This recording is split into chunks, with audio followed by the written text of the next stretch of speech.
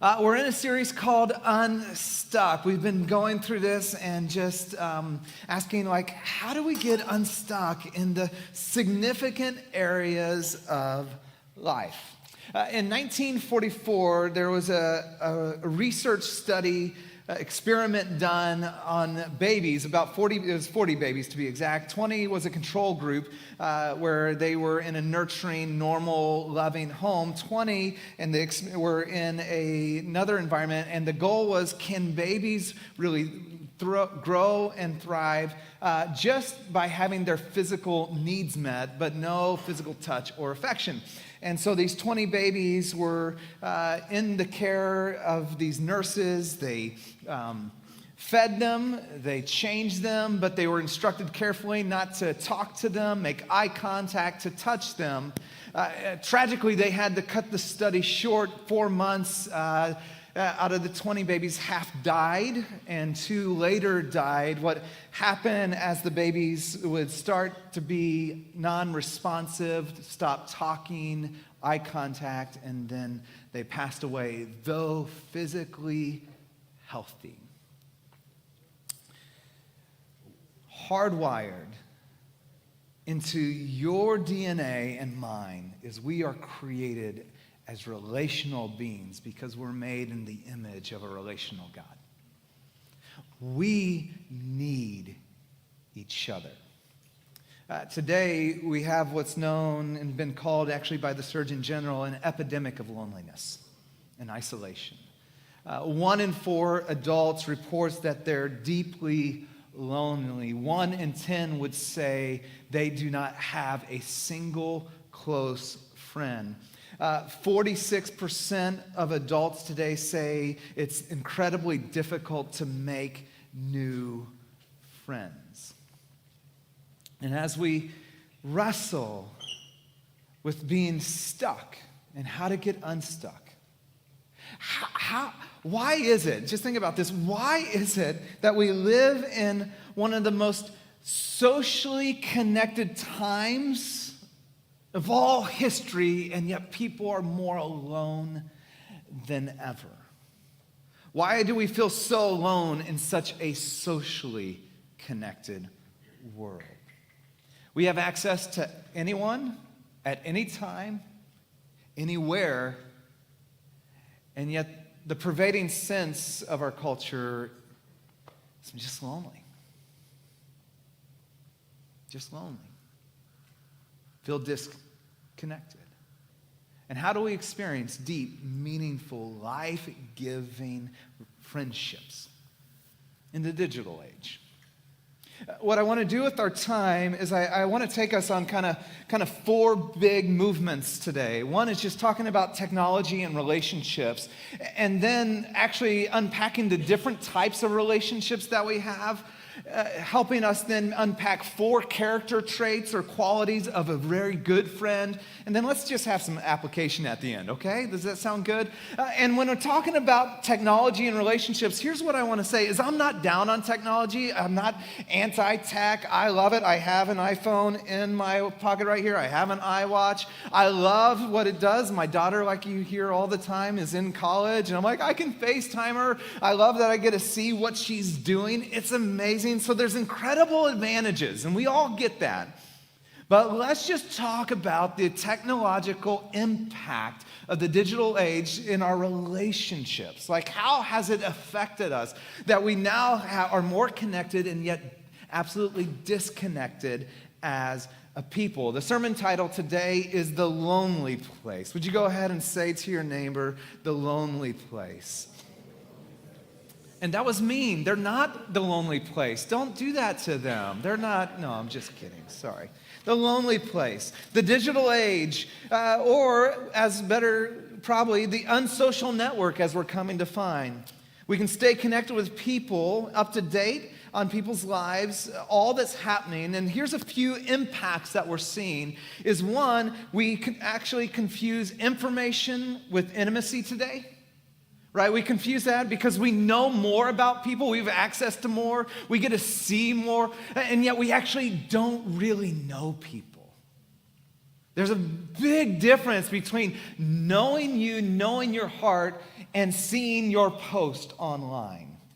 And it's so easy to confuse information with intimacy and feel like that is a substitute.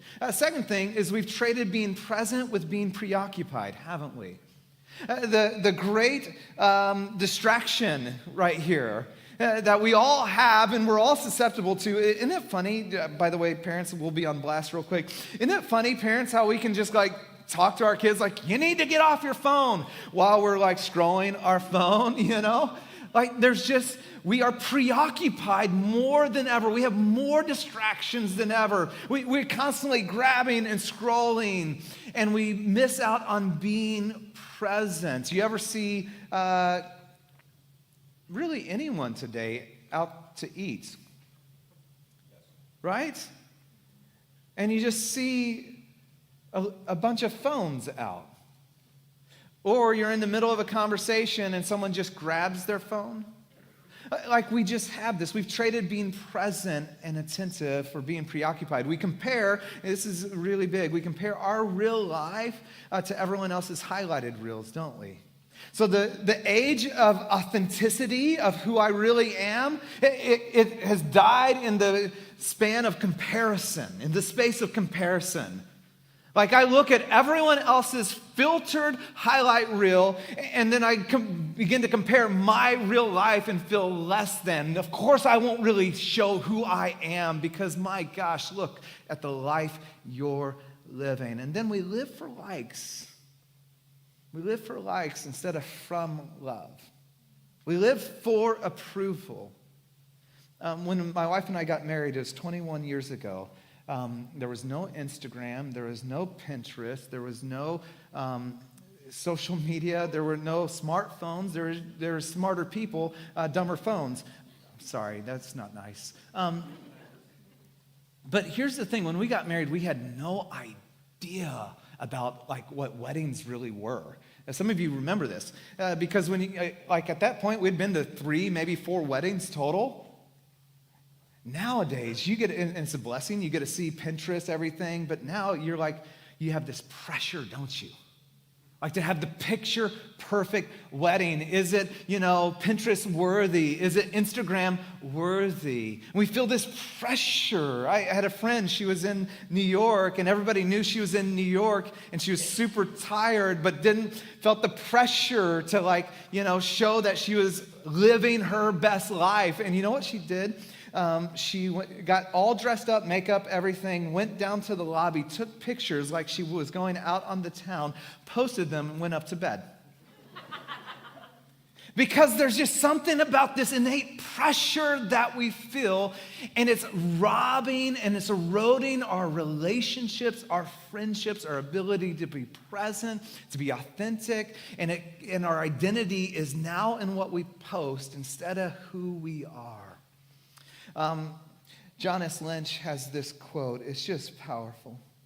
What if there's a place so safe that the worst of me could be known, and I would discover that I would not be loved less but more in the telling of it?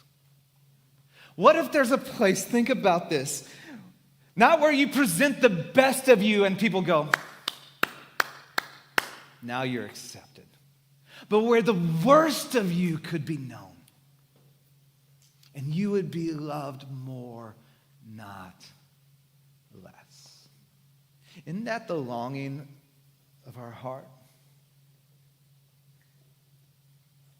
I mean, it's the reason we cover up, the reason we hide, the reason we really never present who we really are, because we're afraid that if we do, you wouldn't really love me, you wouldn't really like me, you wouldn't really accept me, and then that translates into our relationship with God as we believe the same thing about Him. What if there was a place where you could crack open your heart, your soul, and you're loved, you're accepted? Proverbs 17:7 says, a friend loves at all times, and a brother is born for adversity. Like hardwired into who you are is that relational fabric. We need one another, and God has designed friendship to be this place and where you can be fully known and know someone fully and be loved and grow together. A friend loves at all times. In fact, that's our memory verse for this week. And you got your 3x5 card there. Why don't you go ahead and grab it? Yes, I'm old school. And write it down. We're doing a memory verse every single week. And write it down. A friend loves at all times. And a brother or sister is born for a time of adversity. Nobody can survive on their own. We need one another. And so, with the remainder of our time, I want to talk about the different types of relationships and actually some traits of what a really good friend looks like. Because not all friendships are created equal, and we get this. And we know that actually some of the reason why we struggle with friendships or isolation or loneliness is because some of us, many of us, most of us, maybe all of us, we've been burned, haven't we? We've been burned. And it hurts. And we swore we'd never be hurt again. And so then we closed ourselves off to eke out an existence that is not really living. Dr. John Townsend, he wrote a book called People Fuel. In it, he talks about the C's of relationships. He gives 7 types of relationships that we have, and it begins with the relationships that are gains in our life, and then walks down to the relationships that are drains in our life. And the gains, obviously, are areas that are life-giving, soul-shaping, refreshing. The gains, by the way, are the people that when you see their name across your phone, you pick up. You're excited to pick up. The drains are the people when you see the name, you just hit the side button, right? You're like, ooh. They're the EGRs in church world, extra grace required people. He begins with the top is coaches. Coaches are those individuals with whom we engage to mentor, develop, guide, and direct. We desperately need that. We need the wisdom of others. We need coaches and mentors. Second, then, are comrades. This is what I would call good friends, because we don't really use that word comrade. He's going with the C theme. I get it. This is your life team. He says that we need 3 to 10 individuals who know all about you, accept you fully, but also tell you the truth you need to hear. Need 3 to 10, he says. Coaches, comrades, and then you have casuals. This is most of our friendships in life. Those friends and neighbors you have who are just good, positive people. It's a good hang. Many of you are going to hang out with them watching some game that doesn't count for anything this afternoon because the Cowboys aren't in it. But they're your casual acquaintances. Then you have your colleagues. We spend such a great time working with our colleagues. It's important to work with the right people. And then you have care underneath that. And those are individuals who are without something they need with which you have the capacity to supply them.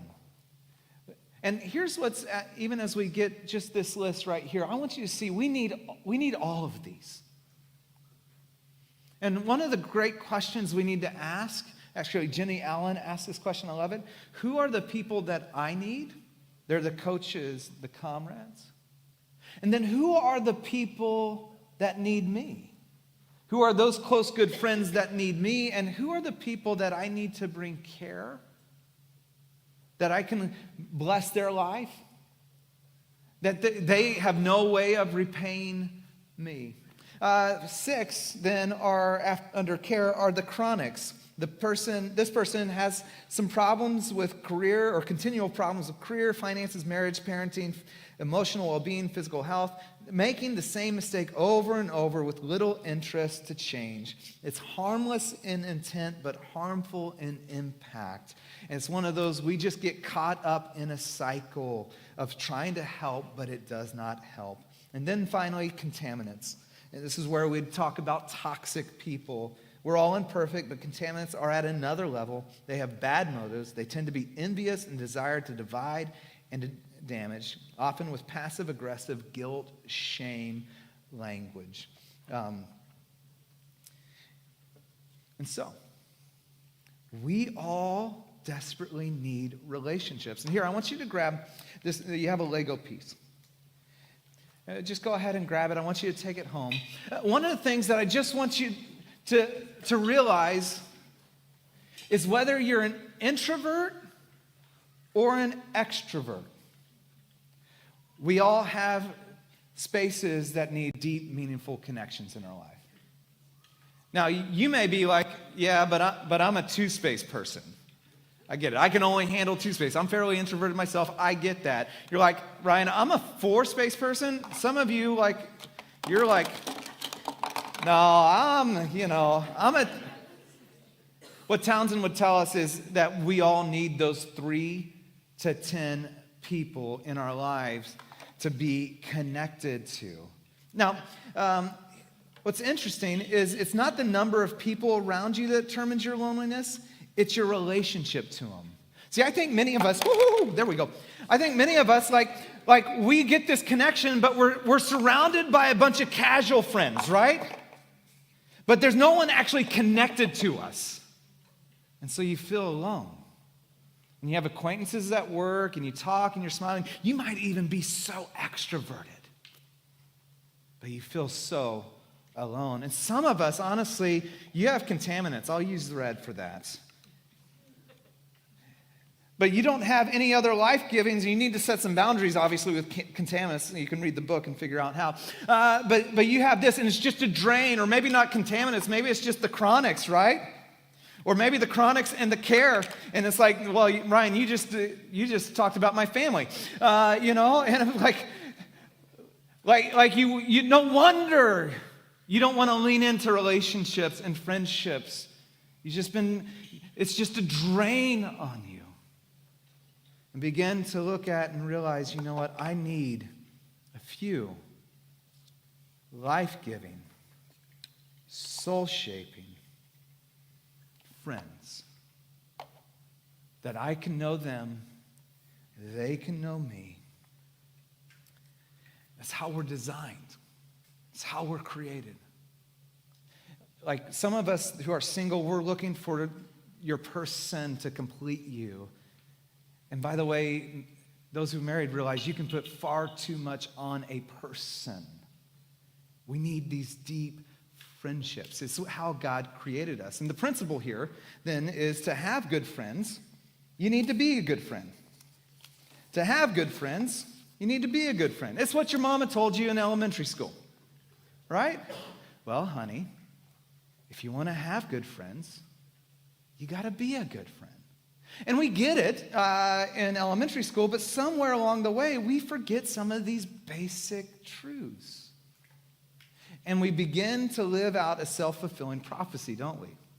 Because teachers know this all the time. They see this in the kids. They see the one kid that has no friends, that sits in the corner, that mopes and pouts, and nobody wants to be my friend, And then, kids come and try to talk to them, like, no, I don't really want to, and then you're going like, actually, you're just miserable to be around.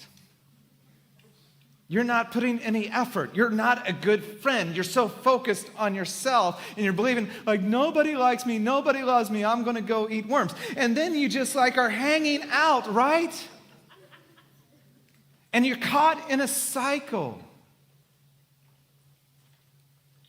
To have good friends, we've got to be a good friend. So let's look at 4 traits of a good friend. The first trait of a good friend, a comrade, as Dr. Townsend would say, is they have a rugged commitment to one another.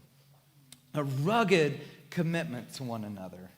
Proverbs 18:24 says, one who has unreliable friends soon comes to ruin, but there's a friend who sticks closer than a brother.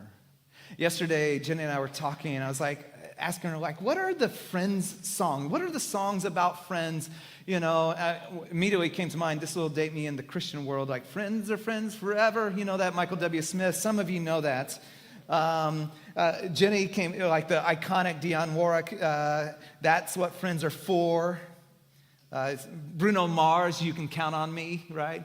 You can count on me. 1, 2, 3, I'll be there. Yeah.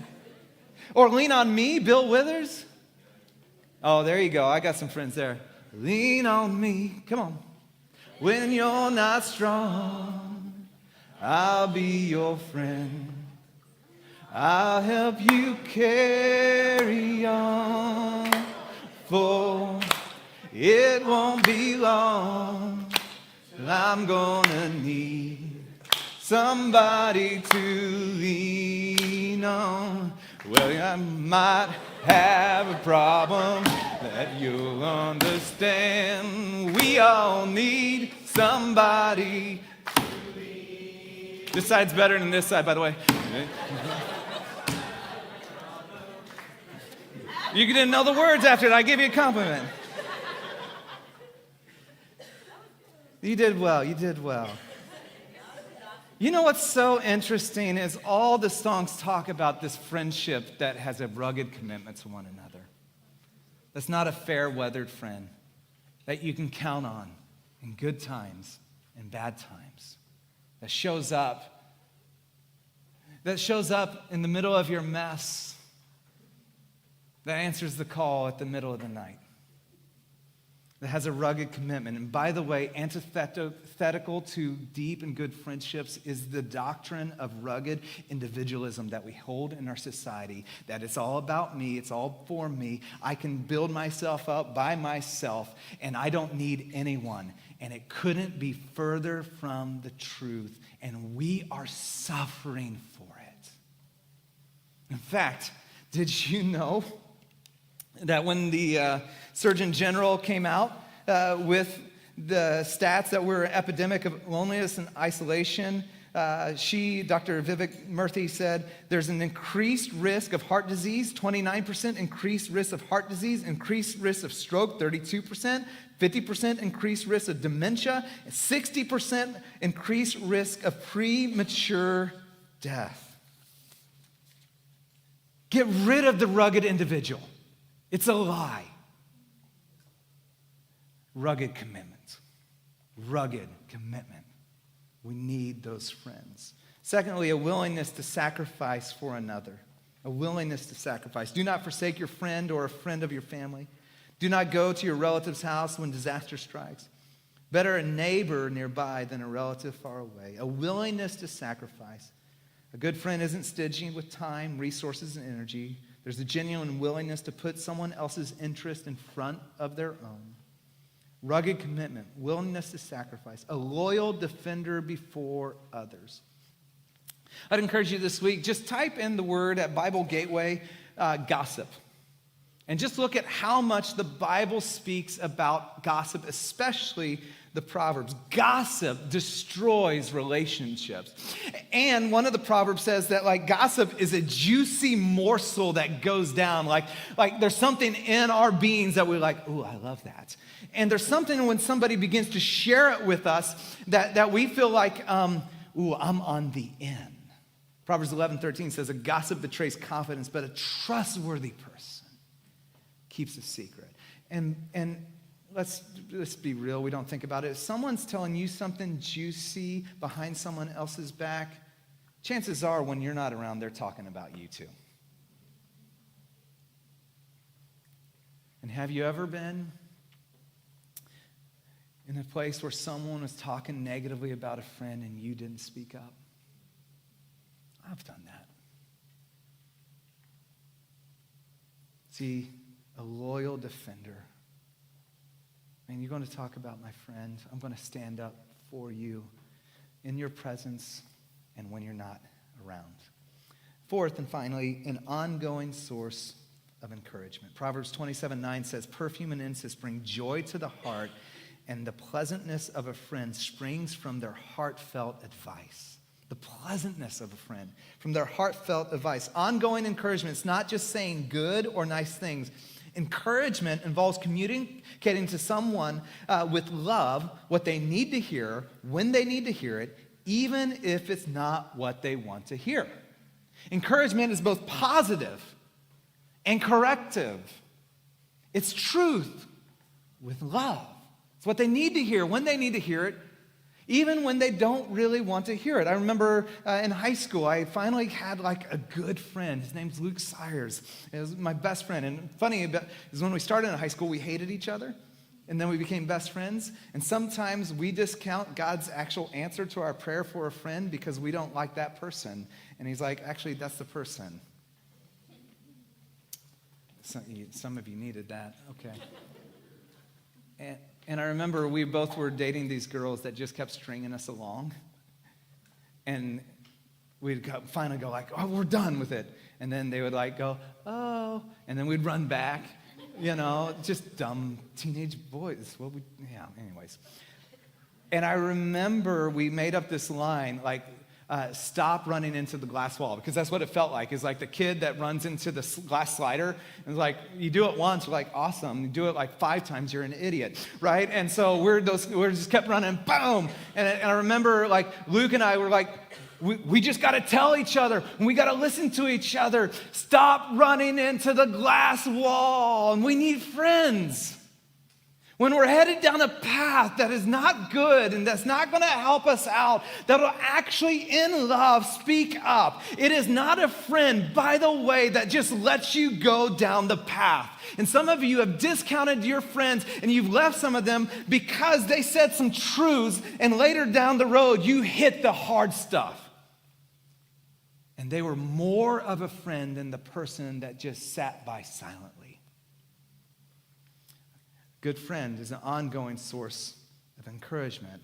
And by the way, this is the foundation of a great marriage relationship as well. We always start with attraction in our culture. Friendship is the foundation of every great relationship. All right, so what do we do with this? Let me give just a little bit of application. First, would you choose quality over quantity? Would you choose quality over quantity? The righteous choose their friends carefully, but the way of the wicked leads them astray. The righteous what? Choose their friends. It's okay to choose your friends. It's Christian to choose your friends. The Apostle Paul would say, bad company corrupts good character. Like, choose your friends wisely. Go for quality. You know what? I'm going to have a lot of casuals right here. But man, if I can get two comrades, 2 good friends, if I can get one, hey, let's just pray for one right now, Ryan. Because 2, that would be amazing, but I just need 1. And Dr. Townsend would say one of the best ways to kind of find a comrade is to go to your group of casuals and just begin to take some of that next steps with 1 or 2 people. Just ask them a question, go a little bit deeper, share a little bit more, and you get to see how they respond and whether that's going to be a good friendship or not. It's almost like we have to return to what 5-year-olds do at the playground. Hey, you want to be friends? Try it. You know how vulnerable that is and how amazing it feels if somebody actually wants to be your friend? We'd be like, oh my gosh, wow, you want to be my friend? Choose quality over quantity. Secondly, it takes time and intentionality. Proverbs 20, verse 5 says, the purposes of a person's heart are deep waters, but one who has insight draws them out. Like to get to that safe place where you can share your heart and there's a sense of acceptance and love that you're not going to be pushed away. That takes time and intentionality. And we live in such a not only fast-paced, like instant culture that also is so transient to realize you move to an area, it generally takes 18 months to 2 years to begin to develop significant friendships that are moving from that casual to potentially that comrade or good friend stage. So how do we do that? One, what do we need to do in our day and age is we need to create margin. You got to create margin. Friendships happen in the margin of life. And I this is an area that is always a goal at the beginning of the year. I'm like, I want to create more time for good friends. And then you know what happens? Life does. Work, kid schedules, sports. We just, last night, we drove over the hill. My birthday was last week, and so we're hanging with our Santa Cruz friends. We have Santa Cruz friends and San Jose friends. Santa Cruz friends we've known for 30-plus years, and talk about comrades gone through life. And then we have San Jose friends in a similar camp, but we went over to San Jose, saw them, and it just was like, I drove back, I'm like, why don't we do this more? Because it takes margin. You actually got to put it on the calendar. I know that sounds weird. You got to plan it out, schedule it out, and make it a priority. We make work a priority. We got to make this a priority. Second, ask questions. Good friends ask questions. I can't tell you how many times I've had conversations and somebody's never asked a question. Like, if you want to be a good friend, if you want to have good friends, notice the questions they're asking you and begin to ask really good questions. I learned this from my wife. She's a great question asker. Like, how are you really? Is there anything bugging you? What's going on? By the way, if you ask, what are you excited about? Secure people celebrate other successes. Good friends celebrate other successes. Insecure people criticize other people's successes. And where you're just going man, that's awesome. I'm so excited for you. And then just finally be present. Where we get the great distraction out of the way. There's nothing more powerful than just giving someone our attention. One of the most valuable things we have is our attention. It's the currency of a relationship. The only problem with attention, unlike our money, is the minute it's divided, it loses its value.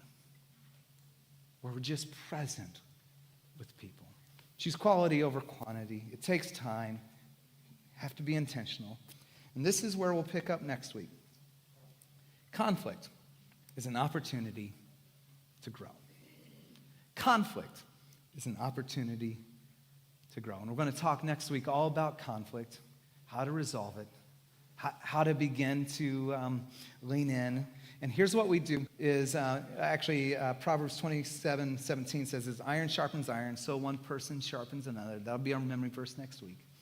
But what we've done in our culture is we don't see conflict as an opportunity to grow. We see conflict as an opportunity to go. And we've lost lots of really good people and lots of really good friendships because we don't know how to lean in. Maybe we're conflict avoidance, or we see it as if there is any conflict. We grew up in home, it's all bad. But conflict is actually an opportunity to grow deeper. We'll talk about how to do that. As we close today, get your Lego piece. To have good friends, you got to be a good friend. I want you to just think about your connections. Who's connected to you? Who do you need? And who needs you? You know, one of the incredible realities about Jesus is that he said something that was unbelievable. He said, today I call you friend. Like, you may have walked in and you're like, I don't have a friend in the world. There's not a connection on here. I can't tell you anything. And Jesus says, you got one. You got one. You are not walking out of here lonely. You're not walking out of here friendless. You're not walking out of here with no one, because you got one. Today, I call you friend. God's been a God of relationship ever since the garden. The reason we hide, like in the garden, we hide because we feel shame. We feel like that we are bad. And what I love is, do you know God's first response to Adam and Eve as they were hiding in the garden after they sinned, after they did exactly opposite of what God asked them to do? The first question, the first word spoken by their Creator, by our Creator, was not, what did you do? That's shame. The very first word spoken by our God. Where are you? It's relationship. Where are you? We were walking together in the cool of the day. We were created for friendship. I made you for relationship, and you moved. You moved. Some of us have been hiding. We've been hiding, thinking somehow, like I just got to fix my life up, and then maybe God will accept me. He says, today I call you friend. Come out of hiding. What if there was a place so safe that the worst of me could be known? And I discovered that I would not be loved any less, but more in the telling of it. What if repentance wasn't a promise from you to God, but a gift from God to you? You see, grace is the face love wears when it meets imperfection.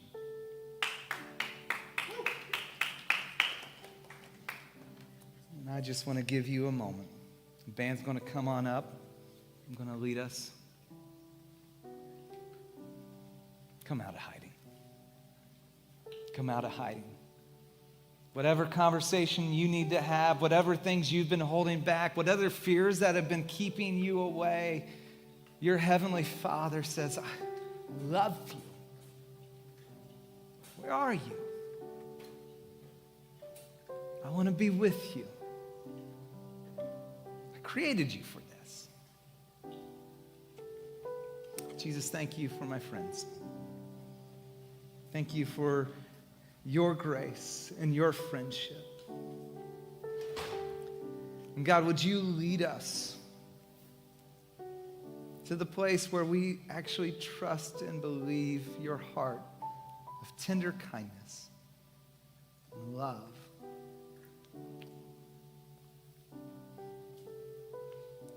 Come out of hiding. Come out of hiding.